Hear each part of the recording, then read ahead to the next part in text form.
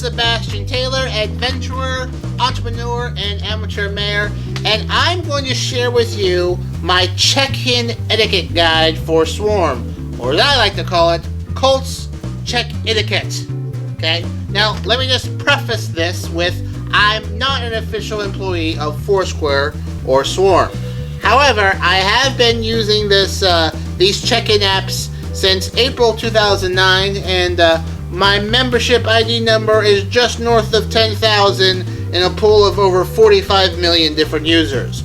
So, consider this guidelines to checking in, to make sure you keep it fun for you, your friends, and everyone else. Now, first thing is first. You don't check in if you don't physically visit a location.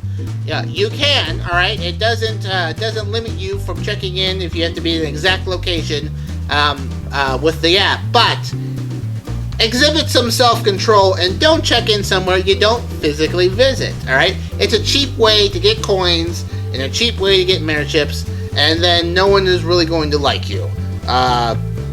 You don't want to be on the bad end of a Swarm/Foursquare mob demanding that you resign your membership.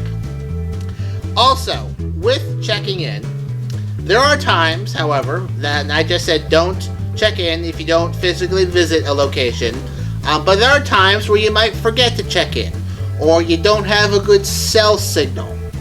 So, is it okay for you to check in later when you no longer are visiting a location? Yes it is.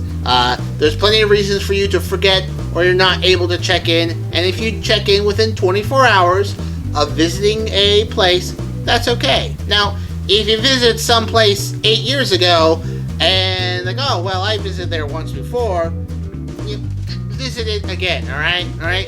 It's a cheap way to get memberships and coins, and you want to be completely honest with your competition. All right.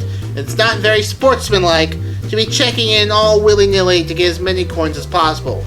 Now, with that said, there are people out there who do that. So don't be surprised if you find someone who's checked in across the street from you and then 5 minutes later have checked into Munich, Germany for some reason just to maintain a membership at some Bavarian pretzel joint. Alright? It happens. It's a terrible thing. But the best thing is just to ignore those people.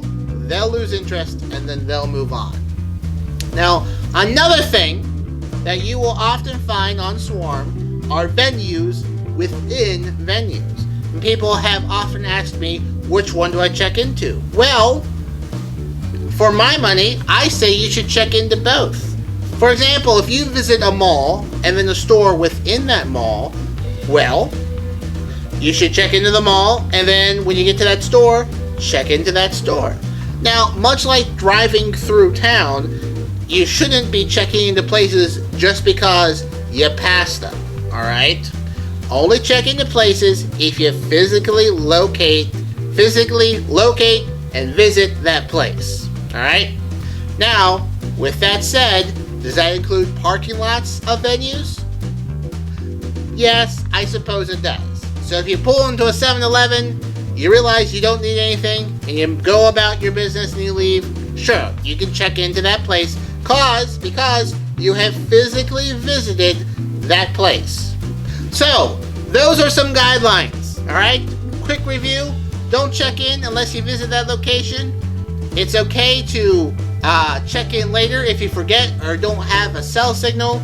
And if you are checking in to a venue within a venue, I find it perfectly okay for you to check in to both of those venues. Well, I hope you've enjoyed my check-in etiquette. If you have any questions, feel free to tweet me or leave a comment below here in this YouTube video, and I might just make another video to answer whatever questions you might have for Colt's check-in etiquette or Colt's Checkintiquette. I should copyright that, shouldn't I? I'm Colt Sebastian Taylor, and I'll see you later.